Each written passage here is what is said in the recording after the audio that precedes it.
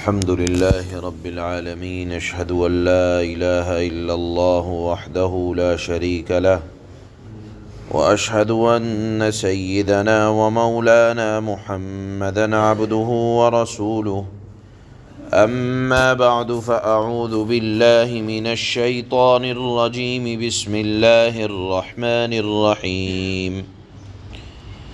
إذا ألقوا فيها سمعوا لها شهيقا وهي تفور تكاد تميز من الغيظ كلما ألقي فيها فوج سألهم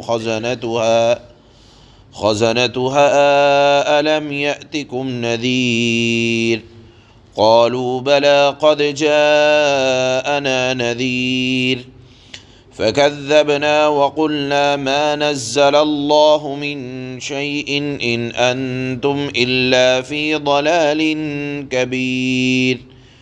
وقالوا لو كنا نسمع أو نعقل ما كنا في أصحاب السعير فاعترفوا بذنبهم فسحقا لأصحاب السعير.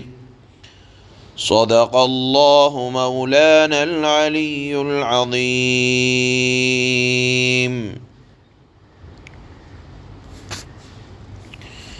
ان آیات میں اللہ پاک نے جہنم کی کیفیت کو بیان فرمایا ہے، چونکہ اس سے پہلے والی آیات میں اللہ نے ارشاد فرمایا تھا کہ شیاطین اور نافرمانوں کو اللہ پاک جہنم کے اندر ڈالیں گے، ہر ظالم کو ڈالا جائے گا۔ اب وہ جہنم ہوگی کیا، اس کی کیفیت ڈالے جانے کے بعد اس کا انداز کیا ہوگا، اللہ نے اس کو بیان فرمایا۔ ارشاد فرماتے ہیں رب العالمین: اذا القوا فیہا سمعوا لہا شہیقا وہی تفور، کہ جب گروہ در گروہ اس میں ڈالے جائیں گے تو اس کی بڑے زور کی آواز سنیں گے وہ لوگ جو اس میں جا رہے ہوں گے۔ وہی تفور، اور وہ جوش مار رہی ہوگی، غصے کے مارے بھڑک رہی ہوگی۔ تکاد تمیز من الغیظ، اللہ نے کیفیت بیان فرمائی جہنم کے غصے کی کہ لگتا ہوگا کہ غصے کے مارے پھٹ پڑے گی۔ کلما القی فیہا، جب کوئی اس میں ڈالا جائے گا تو جہنم کے محافظ سألہم خزنتہا، ان سے پوچھیں گے الم یأتکم نذیر، کیا تمہارے پاس کوئی دنیا میں آج جس انجام کی سزا، جس کیے کی سزا بھگت رہے ہو، الم یأتکم نذیر، کیا کوئی ڈرانے والا نہیں آیا تھا؟ یہاں ڈرانے والے سے مراد ہر وہ چیز یا ہر وہ شخصیت جو آگاہ کرنے والی، متنبہ کرنے والی، انجام سے باخبر کرنے والی ہو۔ سب سے بڑی ذات آقا نامدار سرور دو عالم جناب رسول اللہ صلی اللہ علیہ وسلم کی ذات اقدس ہے، جو نذیر بن کے آئی، ڈرانے والی بن کے آئی۔ حضرات صحابہ اکرام کی جماعت، تابعین، تبع تابعین، بزرگان دین، اولیاء اللہ، غرض ہر وہ شخصیت اس کے اندر داخل ہے جو انجام سے باخبر کرنے والی ہو۔ بہرحال اگر کوئی بھی نہ ہو تو خود انسان کی ذات کے اندر نذیر موجود ہے، لکھا ہے مفسرین نے، حضرات مفسرین نے، کہ انسان کی زندگی کے اندر ہر چیز اس کی ذات کے اندر اس کو آگاہ کرنے والی ہے۔ مثال کے طور پر جوانی سے بڑھاپے کی طرف جانا، بالوں کی سیاہی کا سفیدی میں بدلنا، یہ اس بات کو بتلانے والا ہے کہ ساری زندگی کے لیے دنیا میں کوئی نہیں آیا۔ دانتوں کا ٹوٹنا، اولاد کا جوان ہونا، جوان اولاد کا اللہ کے دربار میں چلے جانا، جنازوں کا دیکھنا یہ ہر وہ چیز ہے جو ڈرانے والی ہے، آگاہ کرنے والی ہے۔ تو جہنم کے محافظ جہنمیوں سے جس وقت وہ ڈالے جا رہے ہوں گے پوچھیں گے الم یأتکم نذیر، کیا تمہارے پاس نذیر کوئی متنبع کرنے والا، سمجھانے والا نہیں آیا؟ قالوا بلی قد جاءنا نذیر، وہ گروہ اقرار کرے گا کیوں نہیں، جاءنا نذیر، آیا ہمارے پاس ڈرانے والے، فکذبنا وقلنا، ہم نے تو ہمارا کام تھا جھٹلانا، وقلنا ما نزل اللہ من شیء، اور ہم اپنی انانیت پر اڑے رہے اور کہہ دیا کہ اللہ نے کچھ نازل نہیں کیا، ان انتم الا فی ضلال کبیر، فرشتے کہیں گے تم تو بڑے غلطی میں پڑے ہوئے تھے۔ پھر اقرار کریں گے کہ اگر ہم اس وقت سمع اور اطاعت، سننا اور اطاعت کرنا ہماری فطرت بن جاتی تو ہم آج دوزخ میں نہ آتے۔ بہرحال وہ اپنے جرموں کا اعتراف کریں گے، لیکن وہ اعتراف، وہ اقرار، وہ بدلے کا دن ہوگا۔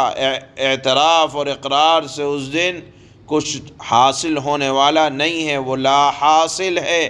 اقرار اور اعتراف اور شرمندگی اور توبہ، استغفار، یہ تمام کا تمام دنیاوی زندگی سے متعلق ہے۔ اللہ فرمائیں گے فسحقا لاصحاب السعیر، تو آج اہل دوزخ پر لعنت ہے۔ یہاں رک کر ایک بات آپ سمجھیں کہ اللہ نے اپنے فضل، اپنے کرم سے، اور اس کا جتنا شکر ادا کیا جائے کہ ہم سب کو اللہ نے اہل ایمان کے، اسلام کے، مؤمنین کے گھر میں پیدا کیا ہے اور کفر اور شرک کی نحوست سے اللہ نے بچایا ہے۔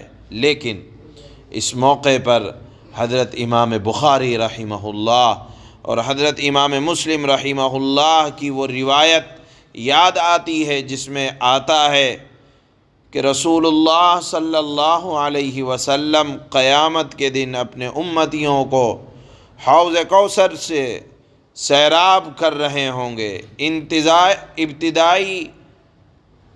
ابتدا میں اللہ کے نبی صلی اللہ علیہ وسلم اپنی امتیوں کو حوض کوثر سے سیراب کرنے کے انتظام میں مصروف ہوں گے۔ اس وقت کچھ لوگ آپ تک پہنچنے کی کوشش کر رہے ہوں گے لیکن ان کو روک دیا جائے گا اور حوض کوثر سے محروم کر کے جہنم کی طرف دھکیل دیا جائے گا۔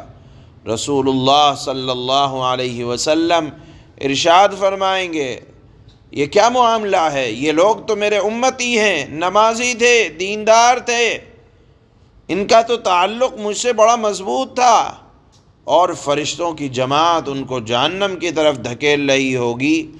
اس پر حق تعالیٰ کی طرف سے حضور صلی اللہ علیہ وسلم کو جواب ملے گا بے شک یہ آپ کے امتی تھے، لیکن آپ کو ان کے کرتوتوں کی خبر نہیں۔ یہ لوگ دین میں طرح طرح کی بدعات نکالتے تھے، دین میں تبدیلیاں کرتے تھے، من مانا دین چلایا کرتے تھے، جس طرح روایتوں میں آیا ہے اس سے الگ اپنی باتیں دین کے اندر داخل کیا کرتے تھے۔ اس لیے حوض کوثر سے ان کو پلایا نہیں جائے گا۔ آپ کے یہ امتی ضرور ہیں لیکن وفا شعار، اطاعت شعار نہیں ہے۔ بے شک دیندار تھے، مسلمان تھے، لیکن دین کو اپنی خواہش کے مطابق اس کے اندر رد و بدل، اس کی جزیات سے کھلواڑ کرنے والے اور اس میں طرح طرح سے تبدیلیاں کرنے والے تھے۔ گویا کہ اسلام 1400 سال سے جس طرح ہے، جن احادیث کی، جن روایات کی جو ترتیب اور جو مضامین اللہ کے نبی صلی اللہ علیہ وسلم نے بیان فرمائے، اس میں ذرا رد و بدل نہیں ہو سکتا، اور جو کرنے والے ہیں ان کے بارے میں حدیث میں آتا ہے کہ اللہ کے نبی یہ سننے کے بعد ارشاد فرمائیں گے سحقاً سحقاً لمن غیر بعدی، ارے دور کرو دور کرو ہر اس آدمی کو جس نے میرے بعد میرے دین کے اندر تبدیلی کر دی۔ ہم مسلمان ہیں، ہمیں اقرار ہے اللہ کے نبی صلی اللہ علیہ وسلم کی ایک ایک حدیث اور فرمان کا، لہذا دین کو اپنی خواہش کے مطابق نہیں ڈھالنا چاہیے کہ جو میرے سمجھ میں آ رہا ہے دین وہ ہے۔ دین نام ہے، در حقیقت اللہ اور اللہ کے نبی صلی اللہ علیہ وسلم کے لائے ہوئے دین کا میرے مزاج کے مطابق دین نہیں ہو سکتا۔ ہمیں اپنے مزاج کو شریعت کے مطابق ڈھالنے کا حکم اللہ کے نبی صلی اللہ علیہ وسلم کی طرف سے دیا گیا ہے۔ بہرحال ان آیات میں چونکہ جہنمیوں کا ذکر فرمایا، اسی مناسبت سے بخاری اور مسلم کی وہ روایت آپ حضرات کے سامنے پیش خدمت کی گئی ہے۔ ان آیات میں اللہ نے جہنم کے حالات کا ذکر فرمایا ہے۔ اللہ فرماتے ہیں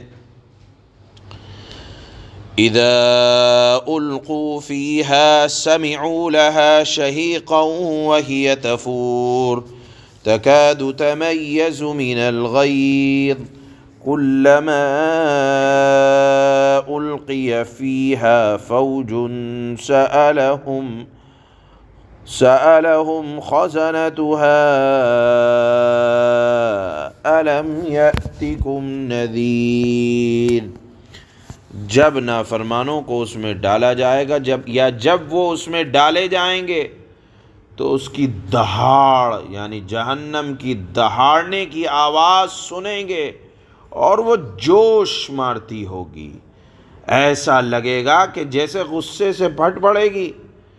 جب بھی اس میں کسی نافرمان کوئی گروہ پھینکا جائے گا تو اس کے محافظ، جہنم کے محافظ ان سے پوچھیں گے کیا تمہارے پاس کوئی خبردار کرنے والا نہیں آیا تھا؟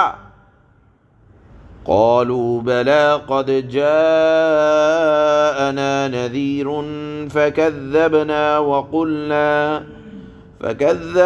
وقلنا ما نزل الله من شيء إن أنتم إلا في ضلال كبير۔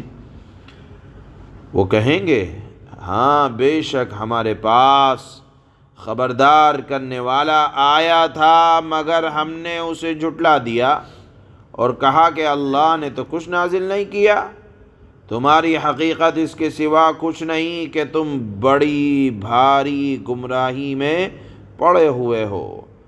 وَقَالُوا لَوْ كُنَّا نَسْمَعُ أَوْ نَعْقِلُ مَا كُنَّا فِي أَصْحَابِ السَّعِيرِ۔ جہنم کے ان محافظوں کے جواب میں وہ کہیں گے کہ اگر ہم سن لیا کرتے اور سمجھ سے کام لیا کرتے تو آج دوزخ والوں میں شامل نہ ہوتے۔ فاعترفوا بذنبهم فسحقا لأصحاب السعیر۔ اس طرح وہ اپنے گناہوں کا خود اعتراف کریں گے، غرض پھٹکار ہے دوزخ والوں پر۔ یہی جملہ اللہ کے نبی ایسے لوگوں کے بارے میں فرمائیں گے کہ سحقاً سحقاً لمن غیر بعدی، کہ پھٹکار ہو ہر اس آدمی پر جس نے میرے بعد میرے دین کو بدلا۔ سبحان اللہ بحمدہ، سبحانک اللہم وبحمدک، اشہد ان لا الہ الا انت۔